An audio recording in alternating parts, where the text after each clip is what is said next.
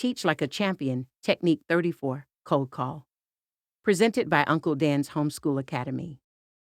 So next up on our list of can't miss techniques from Teach Like a Champion 3.0 is cold call.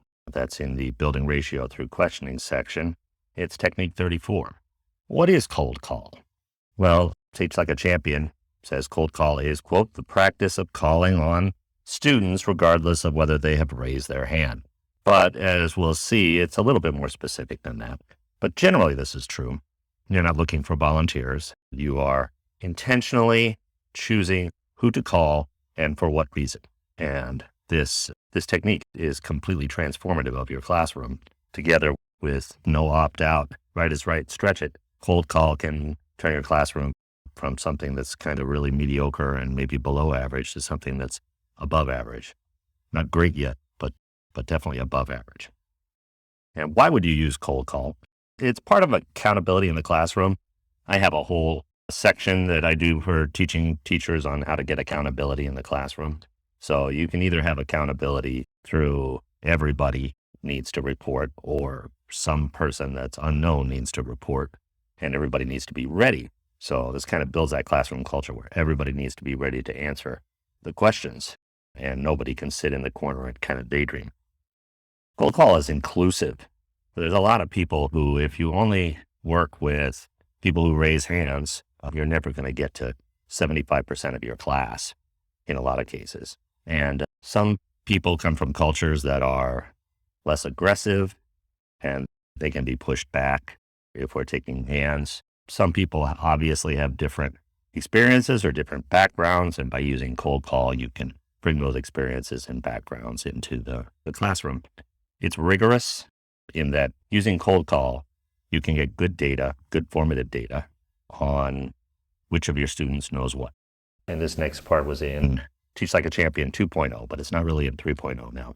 There was a good section about using cold call to check for understanding by knowing your students and knowing which students are similar in ability. So if some students have similar problems, you can ask one of them and consider that a sample of the others to see if they've overcome that problem or not. It can improve your formative assessment ability. It also built a positive classroom culture.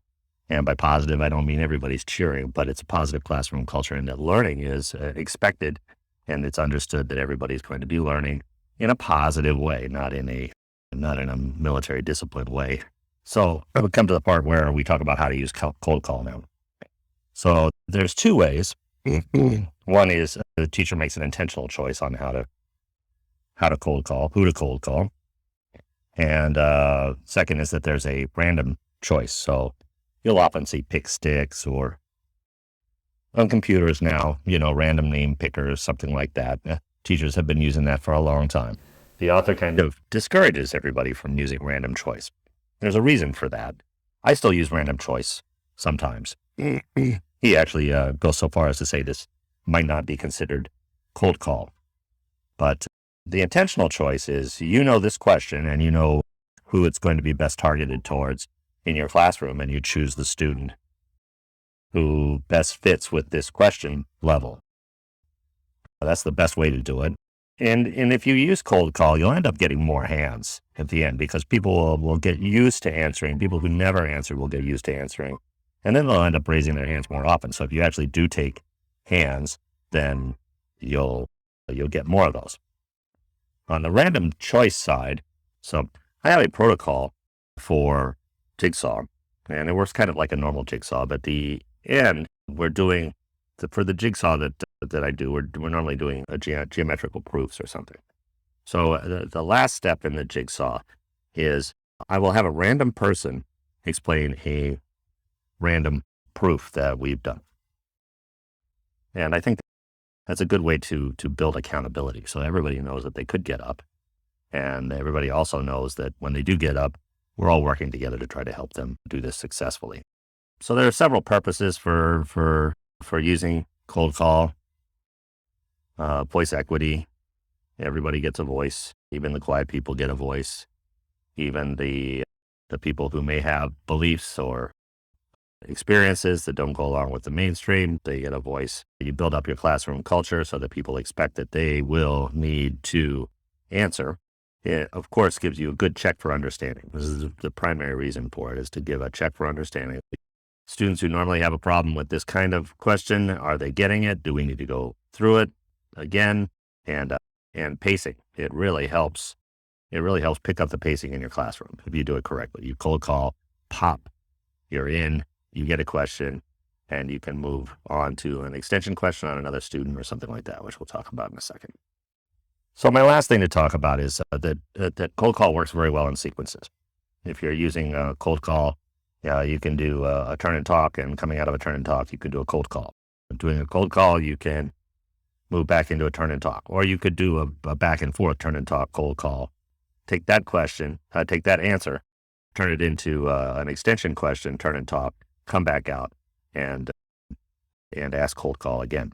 And it also works with everybody writes, so everybody has a chance to write. And I've mentioned before, because I work with English language learners a lot, I really use everybody writes, which is a different technique I'll cover later.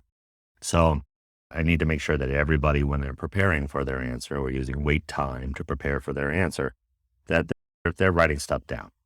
Their sentence structures and such like that may not be that great because they're English language learners. So if they write it down, they have a chance to revise and think about important things like vocabulary choice and sentence structure, etc. So that is the overview of Cold Call, Teach Like a Champion 3.0 Technique 34.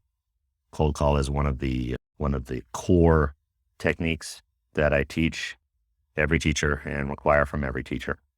So if you are a teacher trainer, I really encourage you to put this up near the top of the list, not exactly at the top of the list, but near the top of the list, number 5 or 6, on techniques that you teach teachers.